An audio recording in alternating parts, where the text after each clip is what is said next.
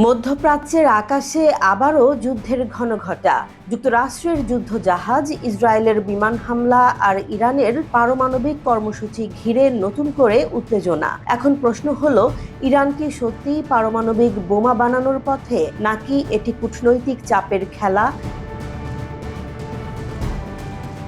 ইরানের পারমাণবিক কর্মসূচি নতুন করে আন্তর্জাতিক আলোচনার কেন্দ্রে। যুক্তরাষ্ট্র অভিযোগ করছে, তেহরান অর্থবহ চুক্তি না করলে কঠোর পদক্ষেপ নেওয়া হবে। মার্কিন প্রেসিডেন্ট ডোনাল্ড ট্রাম্প সম্প্রতি বলেন, ইরান কখনোই পারমাণবিক অস্ত্র রাখতে পারবে না। তাদের হাতে বোমা গেলে মধ্যপ্রাচ্যে শান্তি অসম্ভব বলেও জানান ডোনাল্ড ট্রাম্প। কিন্তু ইরান বরাবরই দাবি করে আসছে, তাদের কর্মসূচি পুরোপুরি বেসামরিক। তারা 1968 সালে ইন্টারন্যাশনাল অ্যাটমিক এনার্জি এজেন্সির তত্ত্বাবধানে পারমাণবিক নিরস্ত্রীকরণ চুক্তিতে সই করে। সেই চুক্তি অনুযায়ী চিকিৎসা ও জ্বালানির জন্য পারমাণবিক প্রযুক্তি ব্যবহার বৈধ, কিন্তু অস্ত্র তৈরি সম্পূর্ণ নিষিদ্ধ। তবে বাস্তবতা বলছে ভিন্ন কথা।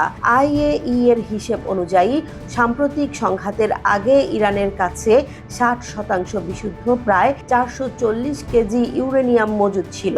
বিশেষজ্ঞদের মতে এটি 90% অস্ত্রমানের পর্যায়ে পৌঁছাতে খুব বেশি সময় লাগে না। আইএই এর মহাপরিচালক রাফিল গ্রোসি বলেন, এই পরিমাণ ইউরেনিয়াম আরও সমৃদ্ধ করা হলে অন্তত 10টি পারমাণবিক বোমা তৈরির উপকরণ হতে পারে।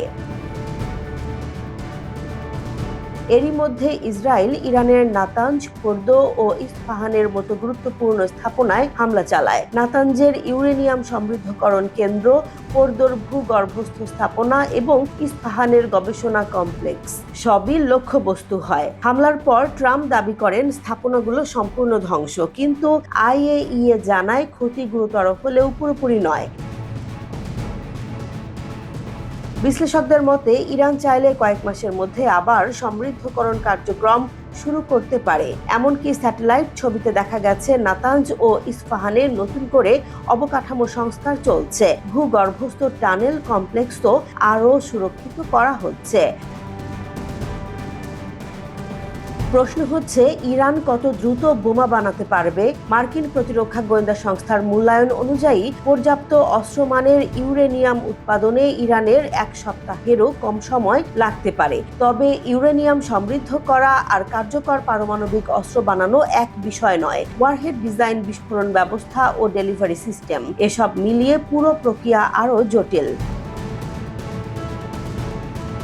2015 সালে ইরান ও 6 বিশ্ব শক্তির মধ্যে স্বাক্ষরিত joint comprehensive plan of action চুক্তি অনুযায়ী সমৃদ্ধকরণ সীমা ছিল 3.67%। কিন্তু 2018 সালে যুক্তরাষ্ট্র চুক্তি থেকে সরে গেলে ইরান ধাপে ধাপে সীমা অতিক্রম করে। এরপর থেকে উত্তেজনা বাড়তেই থাকে।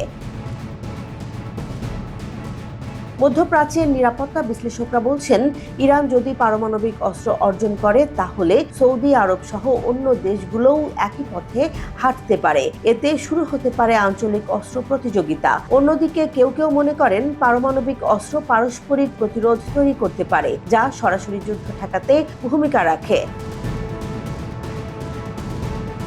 এখনো পর্যন্ত আইএই বলছে, সক্রিয়ভাবে অস্ত্র তৈরির সুস্পষ্ট প্রমাণ তারা পায়নি। তবে সমৃদ্ধ ইউরেনিয়ামের মজুদ ও পর্যবেক্ষণ সীমিত হয়ে যাওয়ায় ধোঁয়াশা থেকেই যাচ্ছে।